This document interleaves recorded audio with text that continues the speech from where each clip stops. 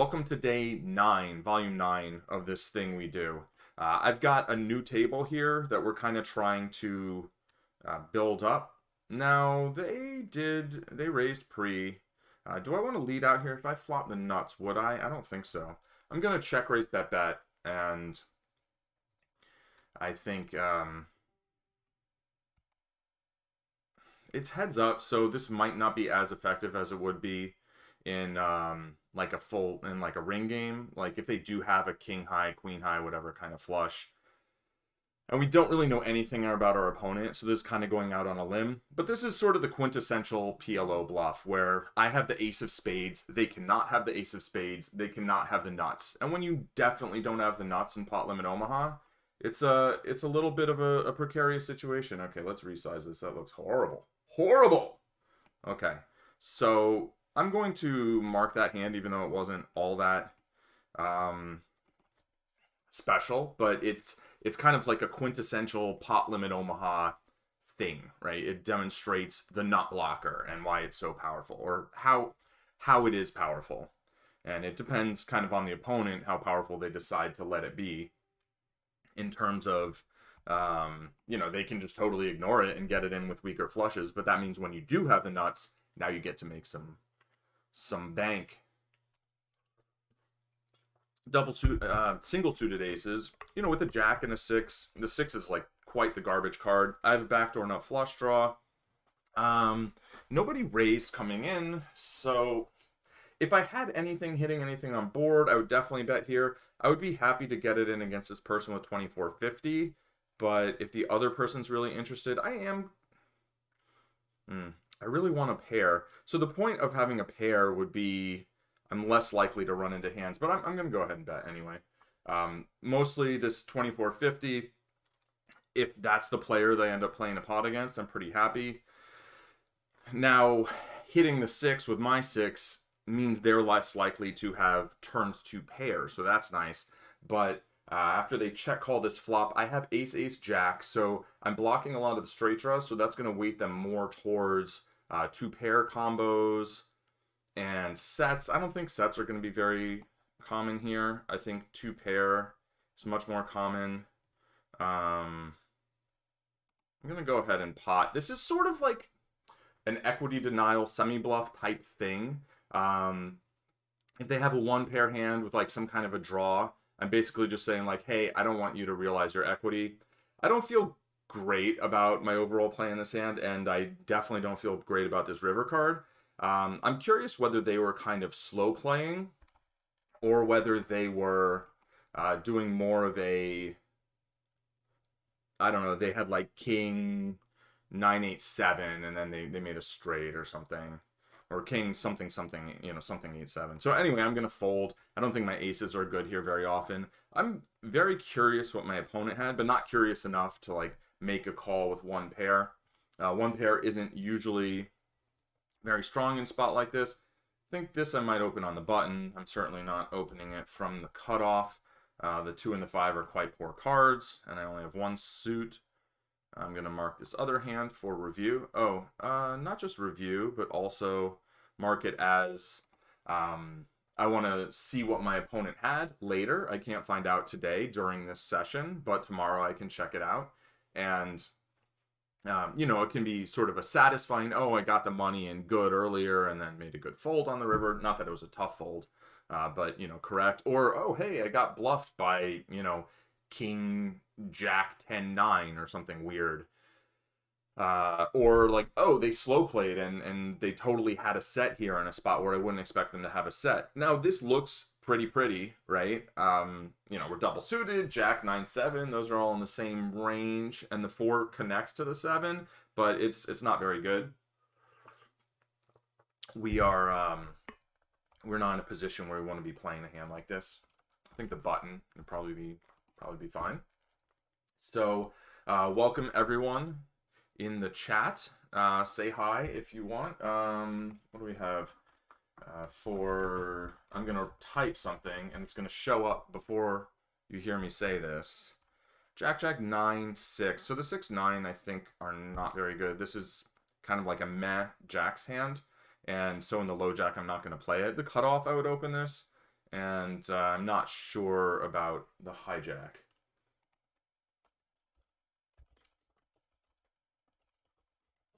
Here. Okay.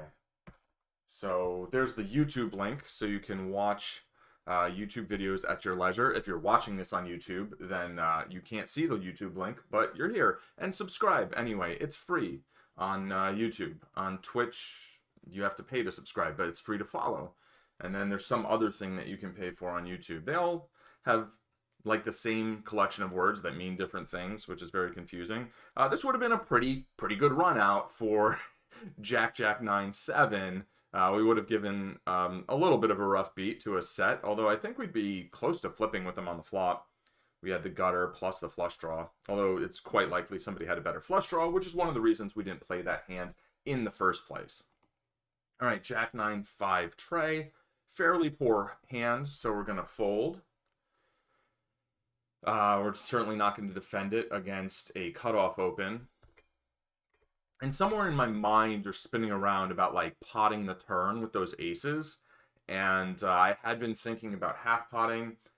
That's the sort of thing that while I'm playing, I want to let go of, right? I don't want to hang on to that and spend a lot of time while playing thinking about a hand I played a while ago. So I'm going to try to just let go of that. I marked it. I know that it's a situation that I will review and give further thought to. So there's no real need to do that now. The only thing that we might want to extract from it, and this is like if the gap were on the other end, but here the gaps are at the top, we're going to flop a lot of diapers, which is a term I made up for a wrap. A wrap is a straight card that uses at least 3 whole cards, or where there's at least 3 cards that can come to give you a straight. For instance, on this board, we would actually just have a gut shot, but if you had like 9-7-6, that would be a wrap. That would be a big wrap. Or if you had Queen Jack 9, that would be a wrap also. I call it a diaper if it's like 7-6-4 because it's like an under wrap. It's a wrap to the bottom end, and it's shitty. So that's we want to avoid those situations for the most part. You know, sometimes those are hands we're going to play, or we're going to end up in that spot where we're going to have to decide what to do. Okay, we have queens with ace suit with connected cards at the bottom, not great ones. And to me, at this point, the decisions are between overlimping and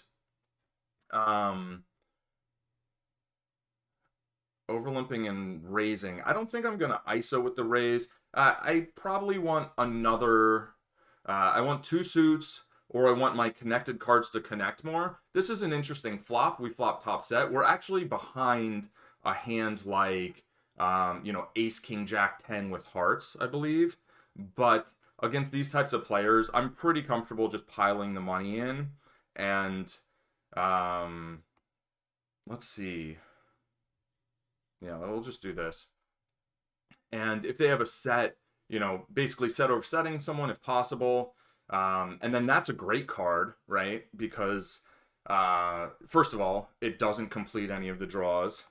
And second of all, it gives me a flush draw where if they had some kind of a straight draw, then like maybe the ace of clubs, king of clubs, jack of clubs, which can complete their straight, will give me a flush. So I think it's a really nice card for us to catch. And I'm going to pot it. I potted it again, you know, earlier against them in that hand with the aces. So this is the same player. So you don't want to hang on to the hand from before, but you do want to extract, like, remember what happened in terms of that's the context that everything in the future happens within that context, right? But you don't want to hang on to it, like, emotionally, right? You want to intellectually, dispassionately be like, oh, I made a big turn bet earlier against this player, and then they won that hand, so they might have some kind of positive feeling about a situation like that, and now they tanked and then called a pot-sized bet. They're going to have so many flush draws here, I don't really see any reason to think that I can get value. I gotta basically just hope they have like 10-10 or a straight draw, and they had the straight draw, right? So as we can see, they had ace, king, jack. So they had 5 cards to the Broadway, right? They had ace, king, jack in their hand and queen 10 on the board. And, hold on, I'm going to type a thing.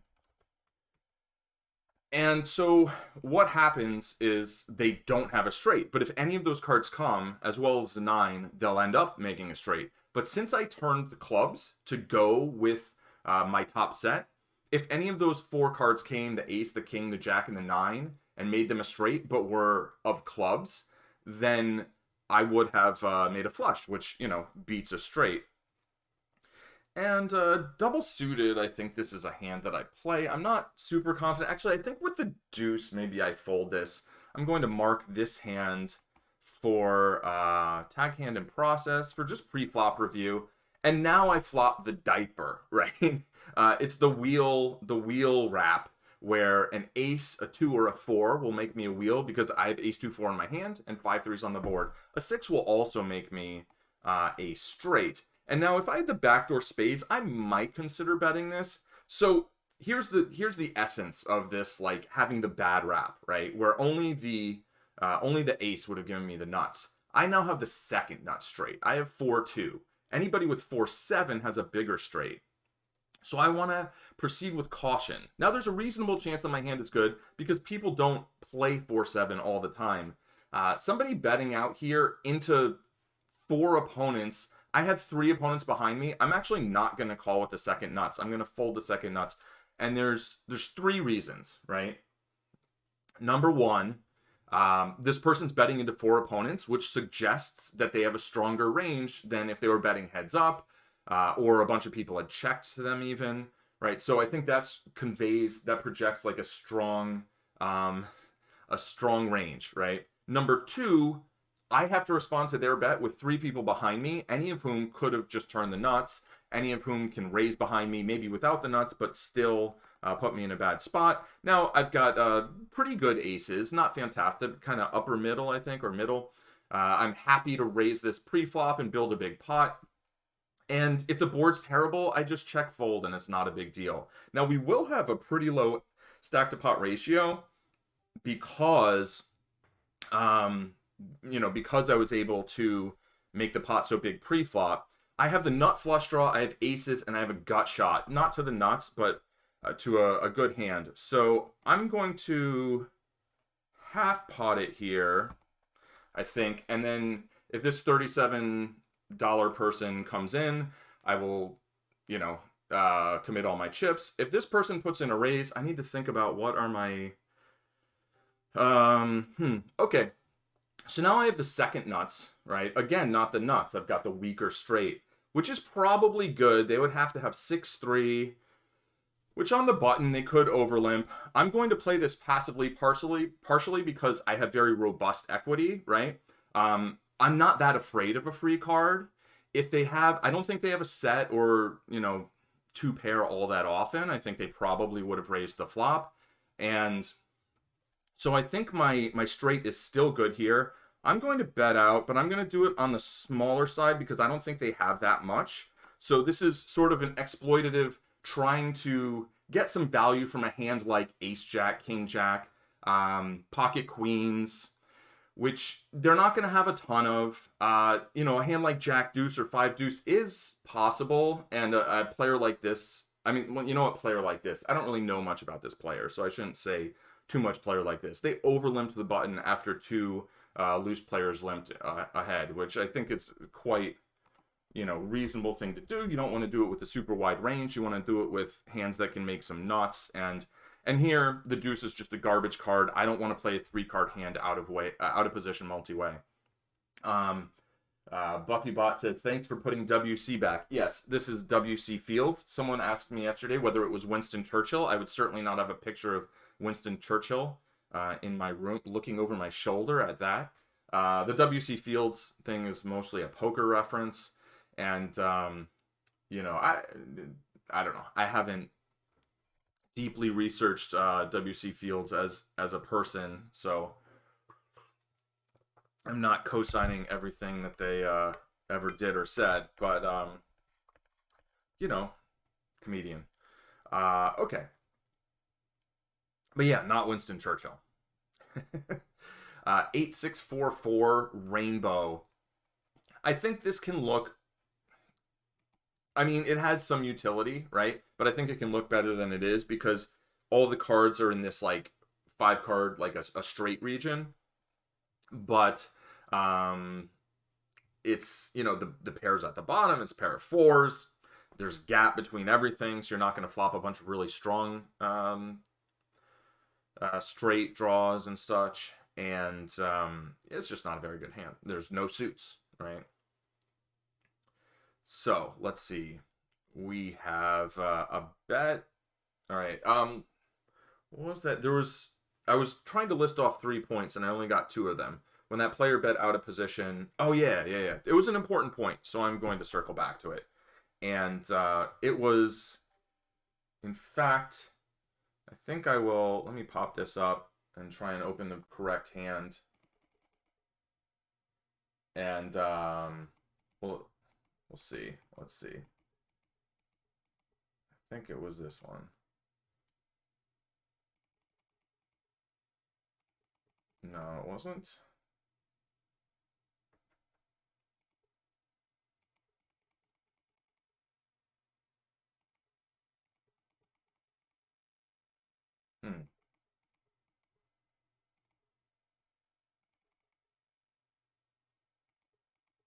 All right.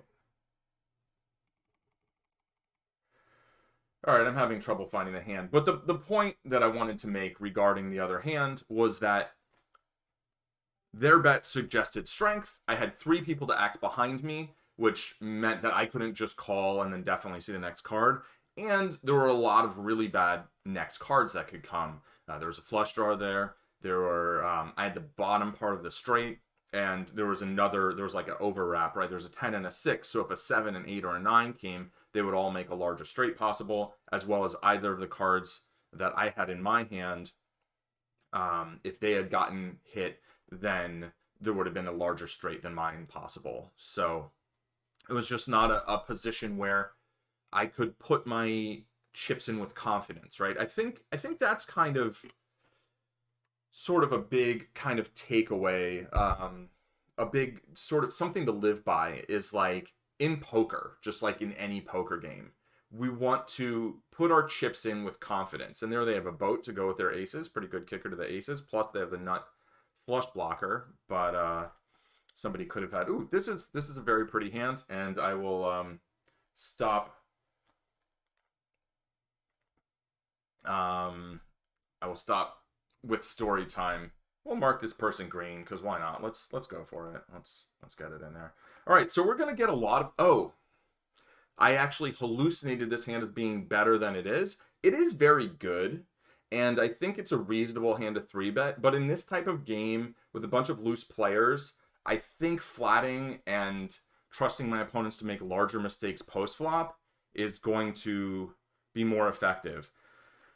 Now I have the second nuts. It's worthwhile noting that I have a queen, right, which does block that top set, so I'm very unlikely to run into that top set. I actually don't have anything to go with my middle pair. I was leading out here because I think they are going to have like ace, ace, king, king type hands and want to check those back a fair amount of the time.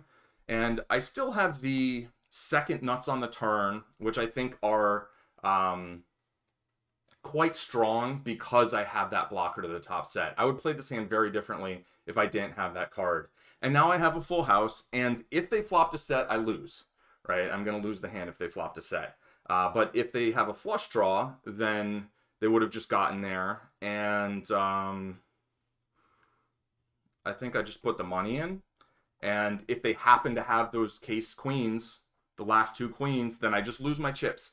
And, you know, I get a little bit of nerves still, not because it's a lot of money. I mean, I've played for a lot more money in the past. It's not nothing, right? I mean, it's spending money. But it's, you know, the fact that there's kind of the most money that's going to be on the line in this game, but it's also kind of the most significant decisions. And I think often when we feel that anxiety, we want to observe it, not judge ourselves for it, right? And sort of be with it and be like, okay, that's fine, right? But kind of try to identify where's it coming from. And I think for me, it's coming from more in that spot, the feeling of like, oh, am I like putting all my money in just dead, right? And that's a horrible feeling. And I think I need to get used to, I need to kind of numb myself to that a little more because it happens. And sometimes it's correct, right? Like in that spot, I don't know whether it was correct, but I think they're going to check back a flush. And if I bet, then maybe they'll call with a flush. For instance, let's look at what they had. They had ace 10-10 queen double suited. So we had very similar hands. I had jacks, they had tens. That was the only difference between our hands. Is I had pocket jacks, they had pocket tens. That turned out being the difference in the hand, right?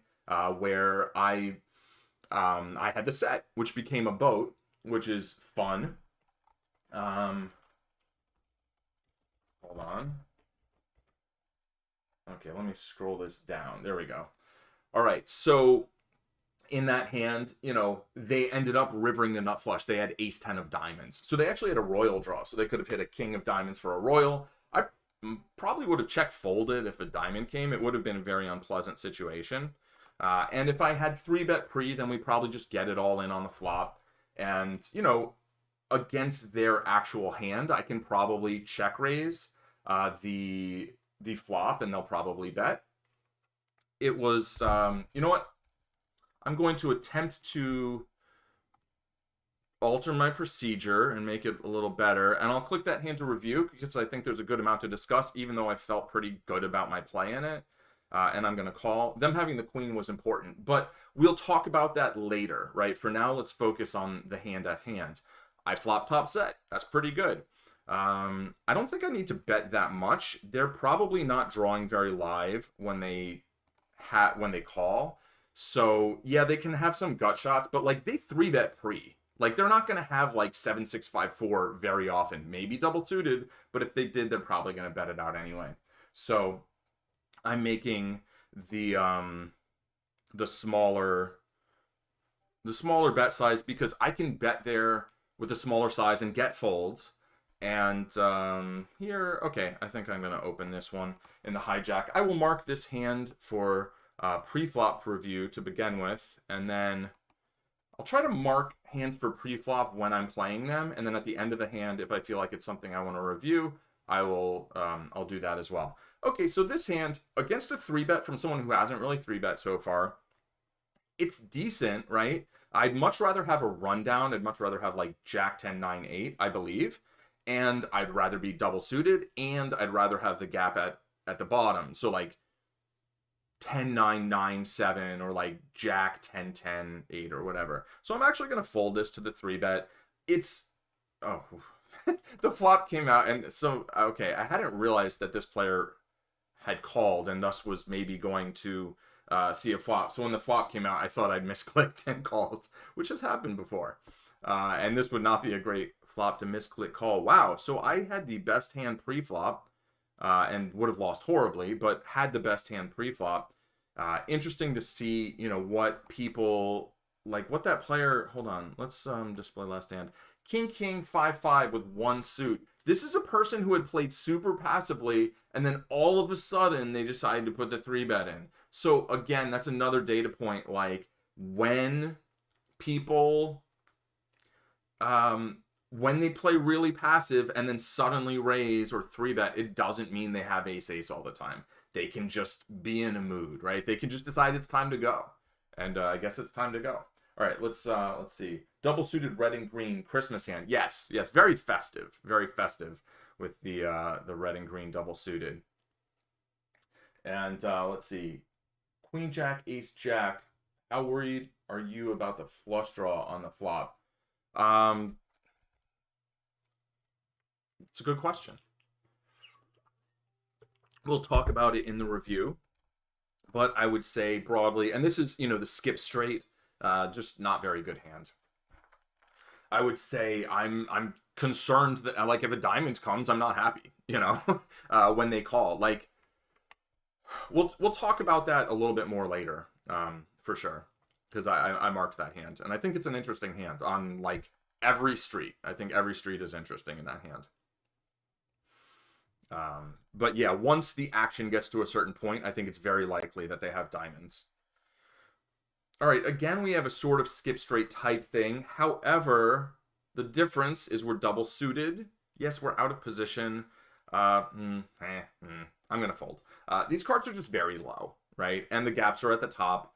And I think you could make an argument for calling here, but I don't think you should usually be trying to make arguments to call too much. In limit hold'em, like way in the past, we would say things like, try to find a reason to fold. And then at some point, people are like, oh, actually, you should try and find a reason to play your hand because you can play looser and more aggressive. And, that was back in the day when rake was lower, rake back was higher. So we weren't paying the house nearly as much money. Now we pay the house a lot for the privilege of playing.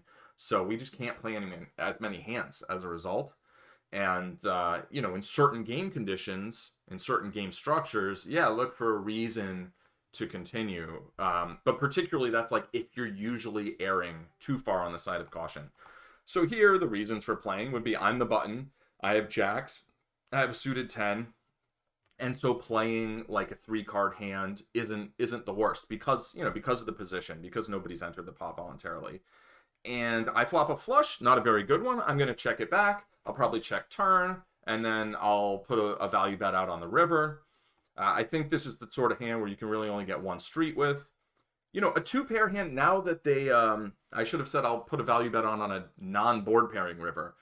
I don't think they're betting like trips here. And if they're betting a flush, it should be a better flush than mine. So this is one of those things where like we have a plan for the hand and then the river disrupts that plan. Our opponent's action disrupts that plan. I would have checked it back if they'd I'm gonna fold because I don't have a suited ace or king. I would flop the 3rd nut flush, which in a multi-way pot, like I think there's a good chance now that my hand is good after it's gone. Check, check. Check, check, check, check. But yeah, so what did they do? They made a straight. What did they did? Okay. Wait, did they make a straight? I don't think they made a straight. I mean, it doesn't matter that much. They did not make they had a pair of 5s? They had a pair of 5s. Pair of 5s takes it down. We fold. Okay, we have a clarification in the chat. Better way to address my question for when you review. How would you play that hand differently if you had flopped middle set? Rainbow versus... Yeah. So the board texture matters, right? Like here, if I have a set, I'm going to play it more aggressively in general because, like, 2 reasons. One, I'm more concerned that free cards are going to beat me, right? Because any club let's say I had a set of kings or a set of queens. Any club takes me from being the nuts or second nuts to like 46th nuts or 56th, something like that. Something much worse, right? And as a result, I'm going to try and get money in now, particularly if I can get us closer to, regardless, like if I think I have the best hand, I'm going to get the value now. Like here, there's a lot of bad cards that can come. And so if I have something like a set of aces, I'm going to play it hard. The second thing is that there's more things people can call me with. So I can make larger bet sizes and expect for them to actually put that money in. They have a flush draw, they're drawing, with correct odds, give or take or whatever. Fine. But it's still good for me, right? I still have more than 50% equity. Let's get the money in. Here, I'm not saying let's get the money in with this hand. This is pretty good, though. I'm definitely going to call. I think it would make a decent 3-betting hand, but I'd much rather be, like, double suited or something. I don't think there's anything in PLO where, like, you want to mix suited, double suited, whatever. Like, in Hold'em, you want some offsuit hands and some suited so you can have, like, certain things on certain boards.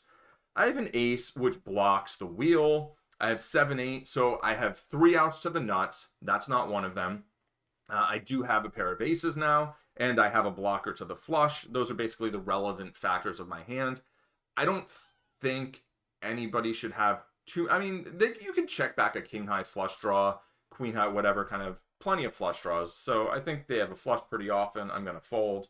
And if they don't have a flush, like, they could be bluffing with ace-jack by accident, right?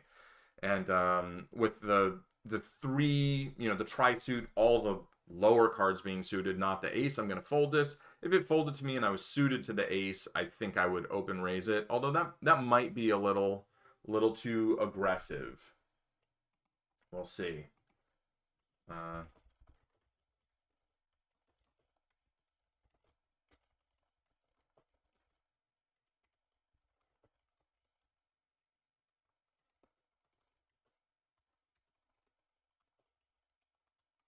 I'm gonna mix in a little bit of typing. I mean, I already responded more by chat and then I typed, so if that happens, then the chat has probably already gone through, but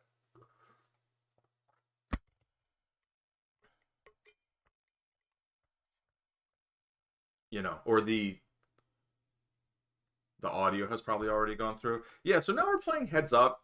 So heads up against they've been very aggressive shorthanded, which it's possible they're being too aggressive, and that's fine, and that's like good for me. But it's also possible that they are that they have some idea of what's going on in a game like this. Now, I think I'm probably supposed to play this in a heads up situation. It's not a very good hand in general, but because we're heads up, I can open raise a ton more hands, mostly just because they're going to fold a fair amount, right? And now 5-7 and 5-3 are both straights. I have 8s and 2s. I'm not blocking any of the straights. My guess is heads up, I'm probably supposed to call something like this, but I do feel very out of my element, and I'm going to go ahead and fold. I feel like they're going to bomb the river very often. You know, if they have a hand like 5-5-6 or something like that, that's the sort of thing that they can really put a lot of pressure with. I'm going to fold this as well, and I'm just too unsure heads up, so I'm going to hit sit out next blind and sit out next big blind and play one more hand. We see what happens. All right, so I flop a gut shot and a second nut flush draw. I don't have any pairs. If I had one pair, I would definitely bet here. I think a bet's probably reasonable, but I'm going to check it back. Now, I do think I'm probably overall checking too often. Again, having any pairs would be nice, but now I think I can go ahead and bet. I can represent like I hit the queen, basically. Maybe I have a hand like queen 4, queen 3, maybe queen jack even. If they put a raise in, I think I have enough outs that the nuts that I can call a raise, right? So they do make a big raise. We're very deep though, so that helps in terms of the implied odds situation. I have an ace, a 9, and a 5, all giving me the nut straights. Now only 9 of those cards give me the actual nuts, but I can also make the second nuts. I'm sorry, the ace of spades also gives me the nuts, but not the nuts because it's a straight, the nuts because it's a flush. And so here, how much do I want to bet? They're not going to have... What are they going to have? I think I can... All right, we'll bet half. You know, again, I'm not super confident in what my bet sizing should be in spots like this, and this is one of the reasons that I don't want to play a whole bunch of hands heads up. I also have a dentist appointment today, which could be adding to potential anxiety from anything. I haven't been in over 18 months because, you know, pandemic and all that. So, also, hello, David Berg. Thank you for the follow. Very appreciated. We're getting closer to the magical 50 followers, wherein I can make ones of dollars from Twitch. It's been a while. I imagine I know who you are, and you know, say hey whenever, anywhere. You know, I still have a lot of the same contact info. Okay, so let's get to the poker. Back to the poker. Jack 9-9-8 with diamonds and a pair. So this hand, first things first. Ooh, so I did a thing. I have this book from back in the day where I used to have all my, you know, my limit hold'em. Let's see, can you see that? These are like pre-flop charts for limit hold'em. So much simpler limit hold'em doing the pre-flop charts. Like, this is for 3-betting, open raising, and blind defense. And meanwhile, for PLO, I have like 8 pages just for open raising. So it's a little trickier than it used to be. And then I had these combo charts that I made myself that were actually very cool, where you could see like how many combos are in like a 15% range is 200 combos. That's all hold'em, right? So we're gonna skip through that. But I opened up, I put, so I've got like all the under the gun things here. These are like, they're not laminated, you know, but they're those pages that you can like slide sheets into. So I think they're very, very useful for me. It'll be a lot easier for like looking things up. We have a question in the chat that I will check. Am I right in thinking that pairs and hide cards become a lot stronger heads up since you're not as often needing to draw to nut hands? Yeah, for sure. Absolutely. Good question, ethical panda, comma V.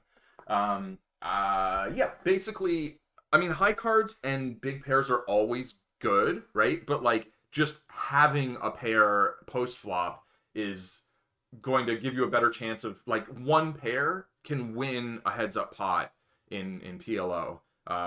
It can win a 5-way pot, but like it probably won't, right? So the fewer players in against you, the fewer players dealt in at the beginning, the lower hand strength you need, like on every street, right? So yeah, that's definitely accurate.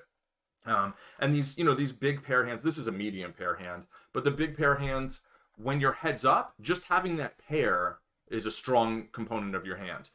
When you're multi-way, having that pair and potentially making a top set, a good set with it, is the more important component of your hand, right? So like, you raise aces and you get 8 callers in a live ring game. Like, you've got a set draw. You've got top set draw, right? Like, aces aren't going to win unimproved, probably.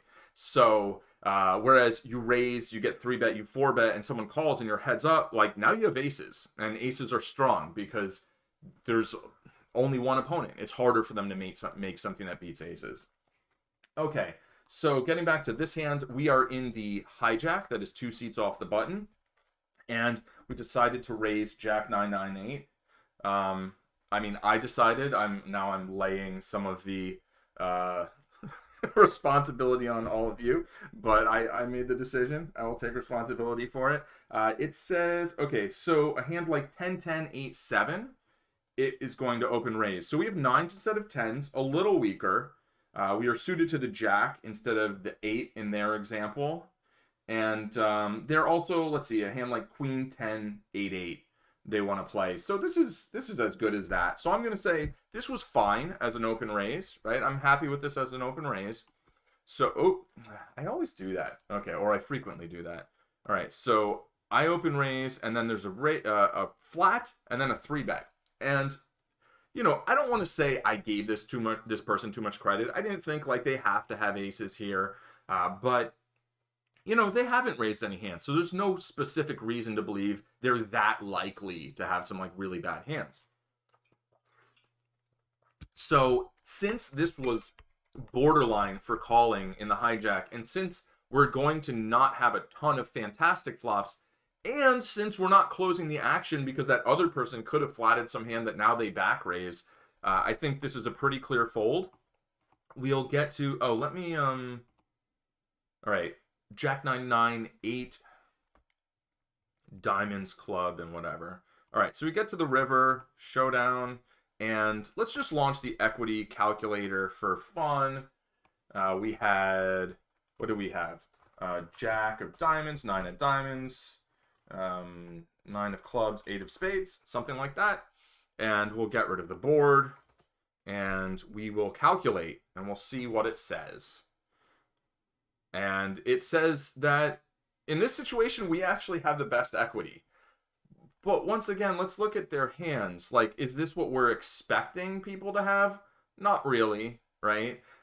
So this basically says, here's what that says. That says, if we look at these very subpar hands that these people happened to have, we actually only barely have the equity we want.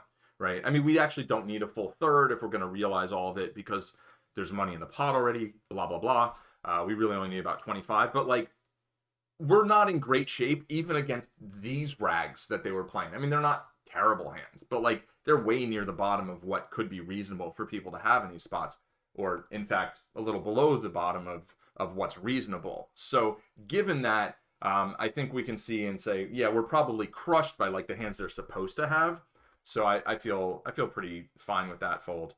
Okay, back to this hand, the ace, jack, jack, queen with hearts and clubs. And this is where I would really like to be able to kind of run out the delay, but I'm not sure how one does that. I think there is a way to do it because, the idea being, if like something happens on your stream, like something unexpected, maybe you say something, or maybe you have chat showing on the screen and somebody does something really offensive or whatever it is, you can like what they do on television, right? Where they skip a portion of the broadcast or whatever, or they beep it and it's behind, and then it catches up. So you basically are reducing the delay by not producing anything for a period of time. And you can cut something out basically, and then you're not increasing the delay, right? That makes sense. Yeah, you're decreasing the delay. So I would like to do that. If anybody has any knowledge of that, that would be awesome. But unfortunately, I do not. So we're still operating with a delay. All right, so ace, queen, jack, jack, double suited. There's a raise, a flat, a fold. And one of the reasons this would be a pretty decent 3-betting hand is I have an ace, right? Having an ace is good. When you're 3-betting, you're less likely to get 4-bet. If you get 4-bet, some of the hands you 3-bet, you're going to have to fold. Or if you don't, you're going to end up putting in money kind of bad, especially when you run into aces. Now, if you have an ace and someone still has aces, that's quite unfortunate. But at least when you're double suited like this, you're going to have at least that one live suit. You might have the other suit. All my cards connect. They're very, straight-alicious.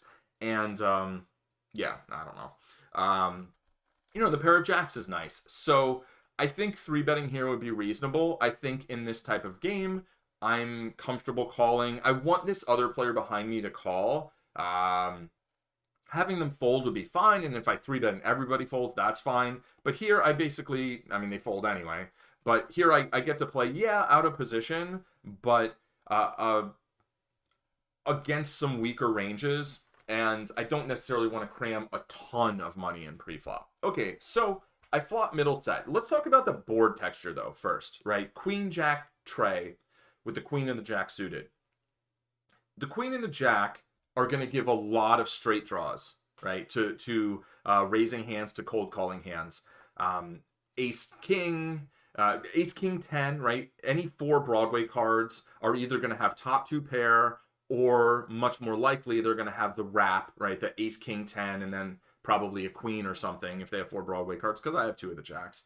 Rundowns like 10, 9, 8, 7 are going to have the under wrap, the diaper, which these types of players, especially the button, is maybe going to put money in with. So this is a board that hits people a lot. In addition to that, there's a flush draw, right? And I have 2 opponents who wanted to raise and then call a raise. And given that, there's going to be a lot of flush draws. There's going to be slightly fewer flush draws because the queen and the jack intersect with their pre-flop cards, right? So if they have a queen and a jack in their hand, or a queen or a jack, those cards are not diamonds because those diamonds are on the board. So the more large like diamonds or cards of the suit are on the board, the fewer flush draws someone will have, because you're kind of interfering with a lot of the ones they would have, unless they play just like all the suited cards, right? Which some people do. The person on the button maybe plays most suited cards, so that might be less true for them. They're going to have more small flush draws. But the raiser is going to have a lot of ace high flush draws. And so, as I was saying a little bit earlier, a board like this with the flush draw, I'm probably going to want to get the money in faster in general, because there's more things people can call me with. There's more things that they want to get a lot of chips in with. And then number 2, there's more bad cards that can come, where if I play it more passively, multiple things happen when there's bad cards that can come. When those bad cards come, I can lose, which sucks. I want to win the hand. And so I don't want to give someone like a free shot at winning if I don't have to, right? I mean, sometimes it's what we do because of, strategy, blah, blah, blah. But in general, if we can avoid it in a productive way, we want to do that. And second, if like an 8 of diamonds came here on the turn, let's say it goes check, check, check, and an 8 of diamonds came, I can't bet, right? I can no longer play my hand with confidence as a hand that I want to put money in the pot. I have to now play it as a boat draw. And so I can't get value from it the same way I can when my hand is the second nuts here, right? So that's one of the big reasons that I really want to play faster when the flush draw is on board. Now, having said that, if I had like a set of 3s, I'd probably be playing it pretty passively.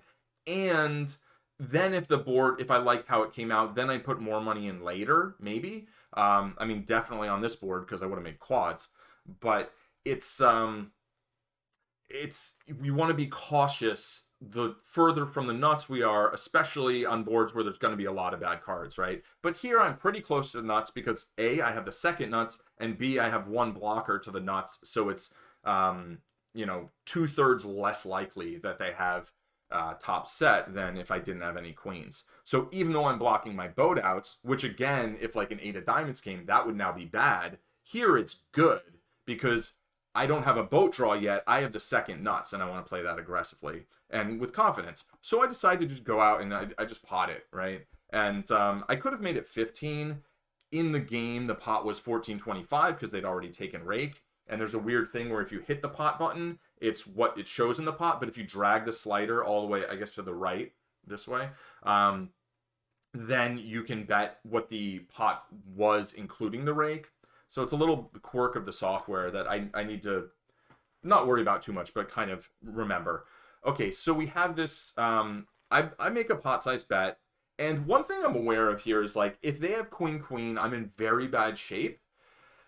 And two, if they have, like, ace, king, 10 with diamonds, I think I'm also behind. So I don't really necessarily want to pile all the money in right now. But against the button, I'd be thrilled to. We look at the stack to pot ratio, and there's 15 in the middle, and they have 54-50, right? So we have about a 3 2/3 to 1 stack to pot ratio. So that means if I go pot here and they call, they'll have 40 about, and there will be 45 in the middle. So I go pot on the turn, boom, we're all in. There's not a whole lot of worrying about playing future streets. We're not getting a ton of money in relative to the money already in the pot. However, the person directly across from me has 130, which is like a 9 to 1 stack to pot ratio. So I'm actually quite deep with them. So piling in all the money on this flop is maybe questionable. So if I didn't have this queen, I'd be playing this more kind of more circumspect, and maybe I would check call and then check jam a turn if it were a brick. But they go ahead and just call, the button fold, and we'll take a turn, which is the 7 of clubs, which is fantastic. Now I could try and get tricky here and like check raise all in. I think if they have some kind of a big draw, they're probably going to be like, yeah, give me the free card, right? Let me try and make the nuts. So I decided to go ahead and pot it. I think they spent a fair amount of time thinking. They've got to think, okay, I'm getting 2 to 1. Do I have 33% equity? If they do, then clear call, right? Just for the pure pot odds of it. But then they can also potentially win like about another $80, 70 something bucks if they get there, and then I go ahead and call the river. So, they call. I think it's a pretty straightforward call. And then the board pairs and brings the flush. So this is my money card, as Mike McD would say, or actually I guess Teddy KGB would have more of that feeling. But, I don't have the nuts. So if they flopped a set, queen, 3-3, those are the only hands that beat me. They haven't made any indication that they did. I think the turn would very likely get raised by queen. I think 3-3 is just extremely unlikely because of pre-flop, because of the flop, and because there's only one way to make it. They need the heart and the club threes, right? So in this case, I think it's my hand is very likely to be good. I go ahead and jam. The question is, like, should I bet less to try and get called by diamonds?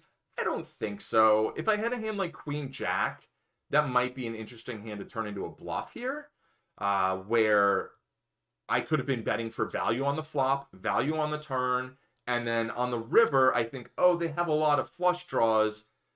I can represent a boat. I'm blocking a lot of those boats, but I can't win very easily, right? I'm even losing to aces. So I think this would be an interesting spot to bluff with queen jack. It looks like it wouldn't have worked, although maybe a hand like aces would fold. I don't know.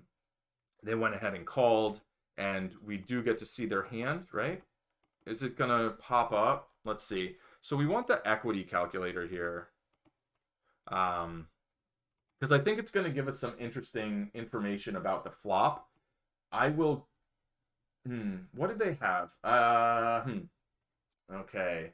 I'm going to try and find the hand. Geez. So Poker Tracker doesn't know their hand? Oh, because they called the river and then I had to look it up. All right, so we'll guess their hand or try to remember. Obviously, we're not that concerned about what the equity is on the river. we know I won. But we can put in, what do they have? Like, let's say they have a monster draw. Ace of diamonds, king of hearts.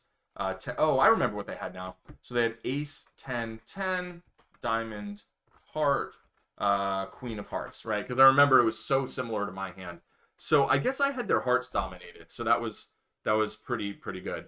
And so I was decent favorite pre-flop. But so this is the board, and we're gonna subtract the 3 of diamonds and just look at what's the equity on the turn. They're gonna have okay, so they have a gut shot with diamonds. What are they gonna have? They're gonna have 3 plus plus like 8. I think no, only 7 because 2 of them pair the board.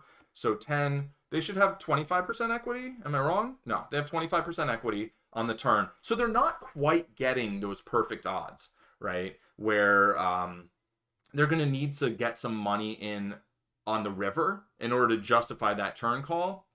If they had the king, it would be a different story.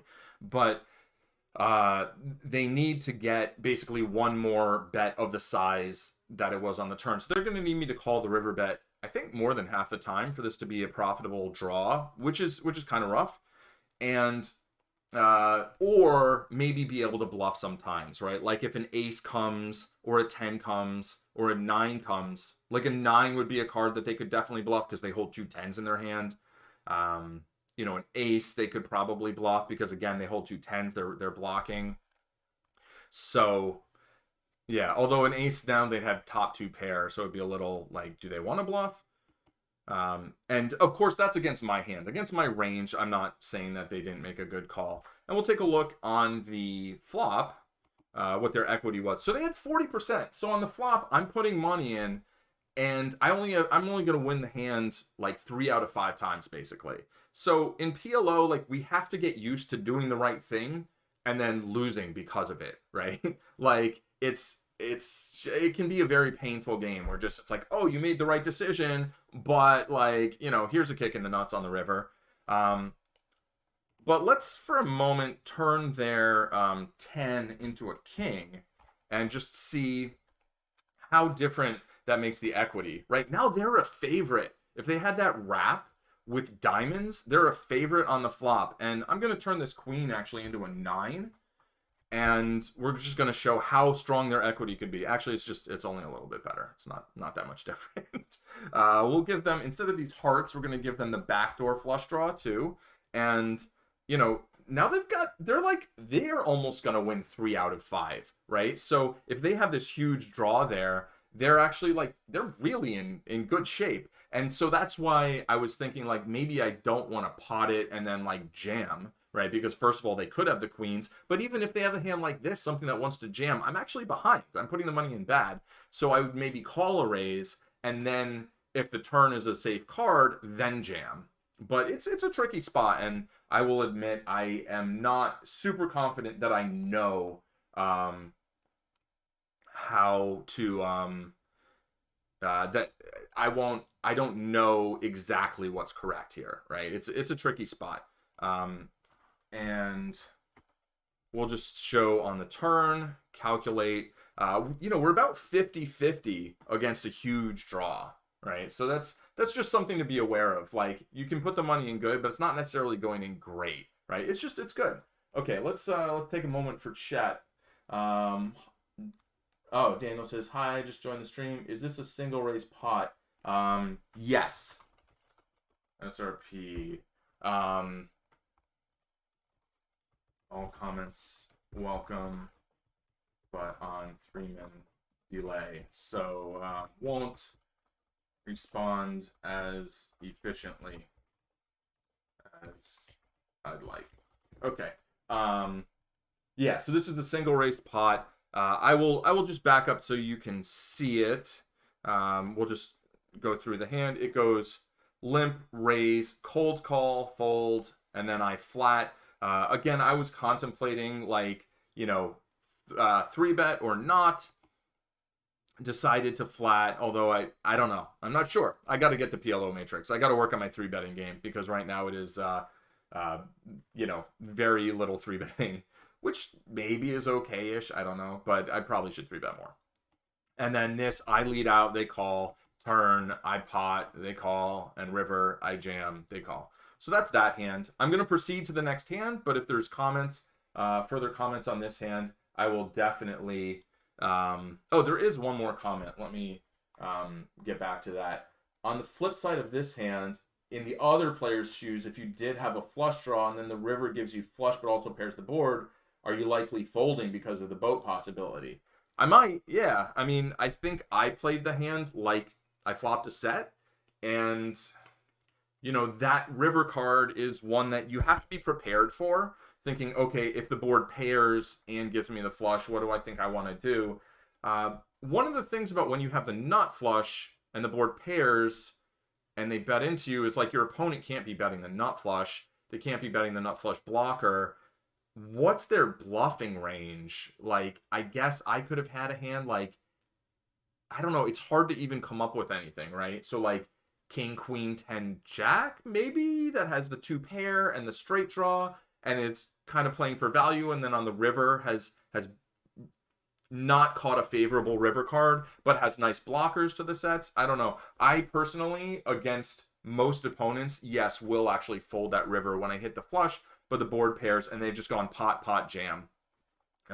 And, you know, potentially exploitable, but I don't think the population at large is doing very much to exploit that. Against a wild player, I might call, you know, but against someone who I think is trying to play well but isn't like expert level, I think, I mean, it's almost like an easy fold, I think. Okay, so this hand, this I marked, I believe, for pre-flop primarily.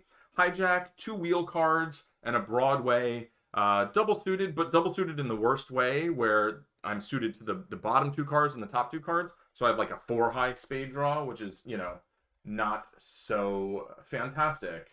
Let's take a look in my new shiny binder. These weakest pairs, double suited.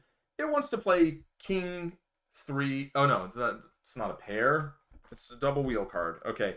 It literally, that's hilarious, has almost this exact hand. So in the hijack, it recommends raising ace 4 of hearts, jack deuce of spades. Like, it's the same suits as the hijack. But here, it's important we look at this and say, oh, but this is a little worse because we have the 4-2 suited and the ace jack suited. So if I was suited to the ace and to the jack, then play it. And here I'm suited to the ace and the 4, so it's a fold. So it's barely a fold. So I think it's probably a clear fold in this rake environment. So, you know, future reference, fold hands like this. I want, with the wheel cards, I want generally either, like, the deuce is actually pretty bad. I think the deuce often is the thing that makes it like, no, that's not a card you want to, you know, really invest in. And, you know, because I'm going to make fewer nut straights. If I had ace 5-4, that's going to make more nut straights than ace 4-2, right? And in addition to that, yeah, or be suited to the bigger card, right? If I had a king instead of the jack and I was suited to the king, then I think, you know, it's the sort of thing where we're going to play. And then here I get a nice 5-way raised pot, though. So the fact that people aren't 3-betting that much maybe makes a little bit more hands playable. Here, 2 people check to me. I considered betting here, and I might have gone ahead and bet. I don't think I love it. If I did, no. Mostly just because I'm drawing to the bottom end. I don't, you know, my backdoor flush draw is to the 4, right? Which is going to be the worst possible flush. Or nobody can make a worse flush anyway, because there's only one card lower than that, the 3 remaining. And then on the turn, I catch the second nut straight. And yeah, so just looking at this hand, hold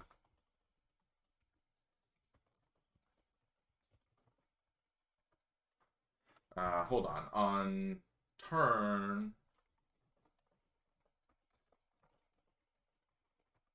yeah, so here with this second nut straight, my opponent can have me beat. They're betting into 3 opponents. That's very scary. There's 3 opponents behind me who can also have me beat and who can raise and put a lot of pressure. And in addition to that, A 2, 4, 7, 8, 9 can all make the situation worse, as can a diamond or a board pair. So not a lot of really good cards, and I decided to go ahead and fold. I think that one I explained a fair amount during the session. I'll get back to the Queen Jack as a bluff in a moment. I think we have two more hands. Actually, I'll just show it. So here on the flop, if we bet with just a queen and a jack, I think that would be for value. It might be somewhat dubious, but if we had some other stuff to go with it, like king, queen, jack, 10, maybe you can, justify that. On the turn, again, I think if we bet the flop and didn't get raised, maybe we can bet a hand like queen, jack for value. And then on the river, if we think we've been getting called by a lot of diamond draws, this river is one where you can potentially bluff. You don't want to do it against a very loose, call happy player, showdown bound player, but against someone who's going to think about stuff, they're going to look at this and go, I made my flush, but the board paired. And because we have a queen and a jack, the reason we want the queen and the jack is we're making it that much less likely that they had a boat, that they just made a boat, right? The last thing we want to do is be bluffing into like the nuts. So we're removing nut combos by, let's say this was a 10 or a king, is this other jack, right? And we were kind of betting for value, but also trying to, deny equity and charge them for their draw. But then their draw got there, but the board paired. So the draw got there in a way that they're not going to be very happy with. So we can sometimes, like, what else are we going to be bluffing with, right? In pretty much every spot, we theoretically want to have something that we're bluffing with to counterbalance the hands that we're betting for value. And then we put our opponent in a spot where they can't stop both, right? They can't stop us from bluffing without paying off our value. And so if they're folding, they're losing to our bluffs. If they're calling, they're losing to our value hands. I just meant queen jack could be in the opponent's bluff range when you're the one with the nut flush. Yes. Yeah.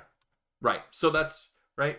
Yeah. So if anybody's bluffing, they can have queen jack. My opponent, though, because they just called the flop, called the turn, that turn, I think they're a little less likely to have queen jack than I am. It's possible. It's definitely a possibility. And if they had that kind of like draw plus queen jack, maybe they play it that way because they think, I'm going to have like some 3-3. And then if I check it to them, I thought when you were talking about with the nut flush, like, what would I do in their spot earlier? Which I think is a good mode of thinking, right? You want to think, how would I play the opponent's hand? How would I play the opponent's range in this spot? And it can give you insight into what they're likely to do, but it also just, you're learning both sides of a situation. All right, so they check. I've got aces, right? I'm obviously going to raise. And we catch this hand. This hand makes me a little uncomfortable. It was, yeah, okay. We'll see. But this is one that I didn't really like while playing, and then was like, okay, I definitely want to look at that after the session. So here they check to me. I'm not blocking any of the things that they could hit in terms of pairs, two pairs, sets, right? So that's a downside. The upside is, first of all, I have aces, so if they have one pair, I'm immediately ahead. Second of all, I do have a backdoor nut flush draw, so I'm blocking a backdoor nut flush draw and some backdoor spades. And third, I have ace jack, ace jack, which blocks a lot of the wraps and the open enders, stuff like that. So I think there's potentially value in betting here. Maybe I should just check it back, and then if the short stack decides to bet the turn, maybe I end up seeing a showdown against them. But if the other person wants to put a lot of money in, I let it go. I don't know. I decided to bet here. This might be a little bit of an overreaction to feeling like I'm not betting enough, not like c-betting enough. I think it's reasonable. I think all of the factors that I said are reasonable. The only counter arguments to those are like, well, you have a gut shot. If you get raised, you're probably going to fold that gut shot. But if you check it back, then you have 4 outs to the nuts. You also have backdoor spades. So there's some robustness to my equity, but not like a lot. Not like I want to bet and then call a raise. But there's a lot of good turn cards, but I have big reverse implied odds if my opponent, like right now, wants to put a lot of money in the pot. And not even just reverse implied odds, reverse implied folding equity is another term that I'll throw out there, where basically I'm going to end up folding a lot of my equity if my opponent plays aggressively, and that's unpleasant. So I'm kind of meh on this bet, but I think it's okay. They call, the turn's a brick, and they check it to me again. And so here I was thinking, well, there's a good chance my hand is best, although I think 2 pair can call flop. I think 5 maybe, can call flop. The 6 I don't think is going to give them a whole lot of 2 pair combos, right? I mean, it's not connected to the king or the queen. It can, though. They're playing a ton of hands so far. We don't have a big read on them. This was early in the session. So I decide to bet because I think I'm ahead here a fair amount. I don't think this card changed anything that much, and I don't want to give them a free chance to get 2 pair or like a gut shot straight if they have like a gut shot draw. So I decide to go ahead and pot it here. My thoughts were between half pot and pot. Pot seems a little bit much for aces, for like 1 pair. It seems a little bit like I'm trying too hard to get them to fold. I don't know, maybe it's okay. I'm going to have top set, middle set, and I think they're usually going to raise those on the flop. So I have a big range advantage here. I have a big nuttiness advantage. And given that this, 1 pair hand was kind of, for me, at the bottom of my flop betting range, yeah, I could have like ace, king, jack 10 or ace, king, whatever, something like that. But I think I get to make some large bets. I'm just not sure that this is the hand that I should do it with. So I don't love it. They call, and then the river's a 4 and they jam. Wait. Oh yeah, there it is. There's the jam, right? So it's about 3/4 pot. I've got 1 pair. There's 3 ways of making a straight: 2, 3, 3, 7, 7, 8. None of them are like super likely given the flop action, but they're all possible. They could also have been slow playing a hand, and there's not a lot of really obvious draws that missed. The draws that missed are like ace, jack 10, jack 10, 9. I'm blocking all of those. There's no flush draws that were possible. So I think this is a pretty clear fold. I didn't give it too much thought. Most of the thought was like, what was I doing on the turn? Was that a good play, or was that not the hand? Was I thinking about my range all right? Like, yeah, I should have a big nuttiness advantage. I should have a range advantage, but like wrong hand choice, right? Like maybe that's not a hand to try and put a big bet in with. Okay, last hand. And then I'm going to go to the dentist. Yay. Okay, so ace, queen, 10, 7. Heads up, I get raised by a player who seems, heads up so far, we don't have a lot of data. They're actually, I guess, tight for heads up. I'm not sure these stats are specifically filtered for heads up. Or if those are the stats I was looking at that were from previously filtered for 3-handed. I'm not sure. But anyway, I decide to call. Yes. So this is kind of that quintessential, PLO. I'm blocking the nuts and I have a pair. So my pair is blocking a set. It's blocking top 2 pair. It's blocking bottom 2 pair. So it's going to be harder for my opponent to have really strong hands. And in heads up, I was a little concerned that if they have something like a king high flush, a queen high flush, whatever, they're just going to go with like any flush. But, I think a lot of people fold a lot of flushes.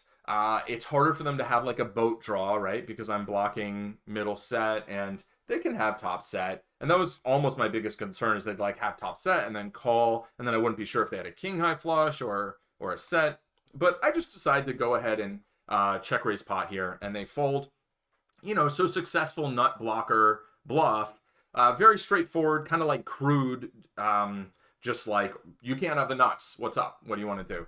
And I'm not sure I was planning to go like bomb, bomb, bomb, right? And if you look at what the pot would be, there'd be 36, 42 in the middle, and I'd only have 78 left. So I wouldn't have like 2 more really big bet sizes. So I kind of decided to put as much pressure early on, as opposed to kind of gradually lay it out and then have maximum pressure on the river, which I'm okay with. Mostly, the thing I like about this hand is that on the flop, I saw that I had the nut blocker, and I asked myself, like, what would I do with the nuts here? Would I just lead out? And I was like, no, I don't think I would. I think I would check raise. So I went ahead and did that with the nut blocker. And I think that's an important kind of fundamental, is that usually when we're going to do a particular thing with our value hands, that's how we should usually play our bluffs. Now, in a hyper exploitative sense, where we're saying, okay, How's this person responding to this? How are they responding to this? We can play totally backwards, right? Where we just say, oh, well, whatever lines they like to fold to, I'm going to play all my bluffs that way. And whatever lines they seem to like to call, I'm going to play my value that way. And we can do that, but that's kind of a dangerous game because we're off balance, right? I've been reading a lot of like martial arts and fighting books lately, a lot, like 3. But, you know, there's always this concept of every time we make an attack, which would be an exploit, we're opening ourselves up. We're making ourselves vulnerable, right? Whereas in a case like in poker, if we play this more balanced strategy, it's not like defensive in terms of we're necessarily playing passive and whatever, but it's defensive in terms of there's not really a way in if we're correctly doing it that way. It's, you know, nobody's really implementing it purely that way. But by playing our bluffs the same way we play our value hands, our opponents are left with 0 really good options, right? And so they can fold way too much and then we get tons of value from our bluffs, or they can call way too much and then we get way too much value with our value hands. Or they can try and find that right equilibrium and they're playing perfectly and then the house wins because, you know, the house always wins, right? That's Vegas, poker, whatever. That's everything. So that's kind of the session for today. I do have another 20 minutes that I usually stream, and we've got 5 viewers, so I kind of feel like maybe, you know, I should stick around for the entirety of what I said I was going to stream. What happened today is the game broke really quickly, and then we got into this session review, and sometimes that happens, right? Sometimes the game breaks, it gets down to heads up, and it wasn't really someone I wanted to play heads up against, and I haven't really studied a lot of heads up. I'd like to at some point in the future, but I don't think that's where I am right now in my Pot Limit Omaha journey. So that's going to wrap it up for today. Thanks to everyone for watching. And if you're on Twitch, go ahead, give a follow. It's free. It's greatly appreciated. It helps me get to actually doing Twitch as potentially a profitable venture, in which case I'll branch out and Twitch stream some more stuff like some chess, some Duolingo, maybe some Morrowind at some point, maybe some just kind of general chatting and talking about, you know, TV shows and movies and whatever. I like to focus on learning, on trying to build habits and you know, just acquire skill over time. But yeah, if you're on YouTube also, you can subscribe and like and all that stuff. Helps out the channel a lot. And, you know, I'm kind of going for the slow build, not really in a hurry to get to a place, but it's always nice growing a little bit slow and steady. So thanks again for watching. I really appreciate it. And I'll catch you next time. Cheers.